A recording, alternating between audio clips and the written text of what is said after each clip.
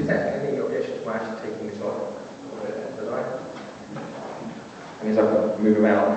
I was enjoying that introduction, a very flattering introduction, so much. I was hoping he was going to go on for 40 minutes, telling everybody how wonderful I was, and I was going to get up and make a 5-minute talk thanking him for the introduction. Alas, that didn't happen. So you have me. And the first thing I wanted to say is, that Lou came up with this idea of Latin titles for various talks. Mine has a convoluted from Psalm 61 or something, which if I tried to read it, I'd probably get it wrong. But what actually struck me when I was listening to the talks this morning, and obviously being aware that Dale is going to speak on Chesterton afterwards, is that the Latin phrase that struck me was dominating on some dinium. Lord, I'm not worthy. I mean, it's not just I'm not worthy. It's almost a Monty Python-esque absurdity. St. Paul, St. Augustine, John Henry Newman, G.K. Chesterton, and Joseph Pearce.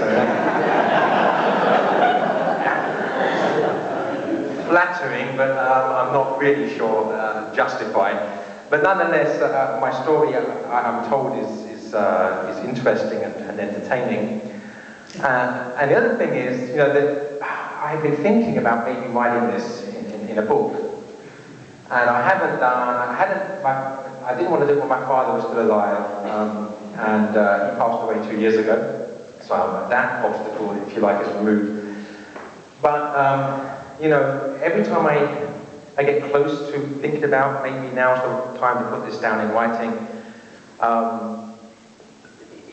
you think initially this will be easy. It's a bit like giving a talk on this subject. You think initially that this should be easy. All you're going to do is talk about yourself. You get rid of all of that onerous stuff called research, having to get your facts right. You don't have to research anything, it's all up there. But then the nearer you get to it, the more difficult it becomes. Because you realise that you don't want to sound self-righteous to justify yourself, or you don't want to sound self-loathing, what a miserable worm I was, and you don't want to be gossiping about other people, and you put all these things together, and it just seems like it's actually easier to write a book on Oscar Wilde than you put it to one side, which is the situation at the moment. But when I give this talk, it's the same thing. In theory, it's the easiest thing to talk about. But really, it's much easier for me to get up here and give Dale's talk on Chesterton than to give a talk about myself.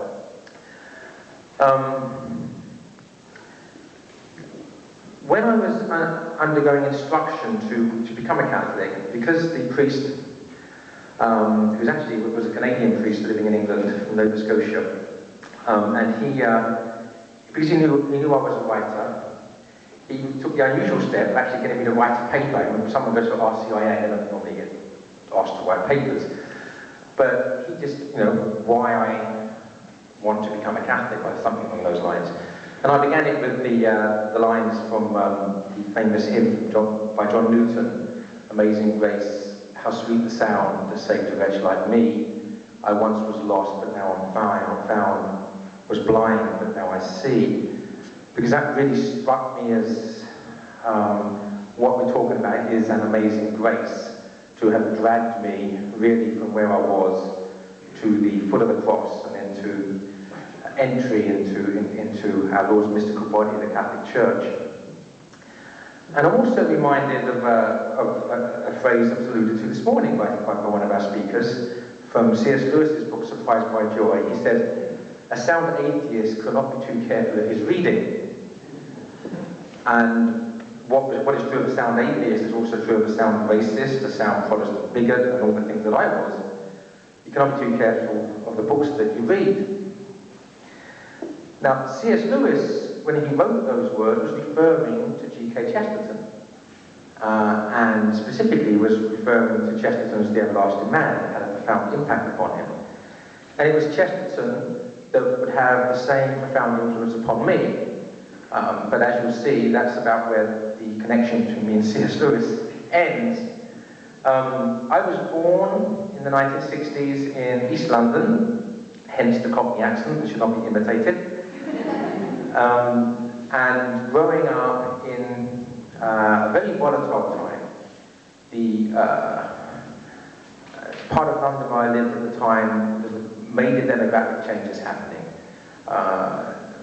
Mass immigration in my area of immigrants from the Indian subcontinent, mostly Pakistanis, so Muslims, and there was a lot of tension between the indigenous population, the local English people, and these Pakistani immigrants. So much so that that there was fighting on the streets, every night. And I remember some of my heroes at this time. I was about 14. Were as a group that were going around dressed up like members of the SS with air pistols shooting at non-whites. And there was another group with a rather charming name. The area I was growing up in was called Dagenham, and this group was called DAK, or a place DAK stood for the Dagenham Axe Clan. And I actually got to know these people, and they were a weird mixture of what might be called Nazi hippies. They were usually high on LSD and carried out their attacks on non-whites when they were high on LSD. They were strange people. So this was the world I was growing up in. I was racist to the core, and at the age of 15 I joined an organisation called the National Front. Now the National Front was, I suppose you could call it, a white supremacist organisation. And I became so embroiled and so passionate and so fanatical in my support for this group after joining it that I made what I now call my Faustian Pact. And at the time I didn't know who Dr. Faustus was, so I obviously wouldn't have called it that then, but Dr. Faustus makes a pact with the devil. And I sort of basically said I didn't believe in God, I didn't believe in the devil, but sort of to whatever's up there, that I would give everything just to be able to work full-time for the National Front. And before my 17th birthday, so when I was 16 years old, this wish was granted, came true. You say that sound atheists cannot be too careful in reading. Well, you should also be very careful about what you pray for. So this sort of, the reason, by the way, that I was employed full-time was I started editing a magazine called Bulldog, a paper of the Young National Front, and it made national publicity. The news story was obvious. There's this racist organisation that are trying to corrupt young people, so they sort of filmed people selling Bulldog or giving Bulldog to school students, etc. So this was the news story, and of course from my perspective that was great because the circulation of Bulldog increased by 1,000% in about 2 days following that, and orders coming in all over the country for it.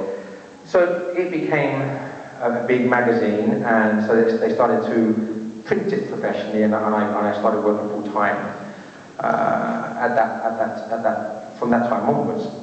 The other thing I should say is that it's about this time that I got the disease known as bibliophilia. I became addicted to books, and I read. But of course, what was I reading? I was reading all of this ideological stuff on, the racist worldview, and so I was anti-Semitic and say racist and everything else, and reading everything about this. So you imagine my head started off sort of being very empty, and crammed it full of this stuff, and there was nothing else in there. So I was a long way from the Catholic Church.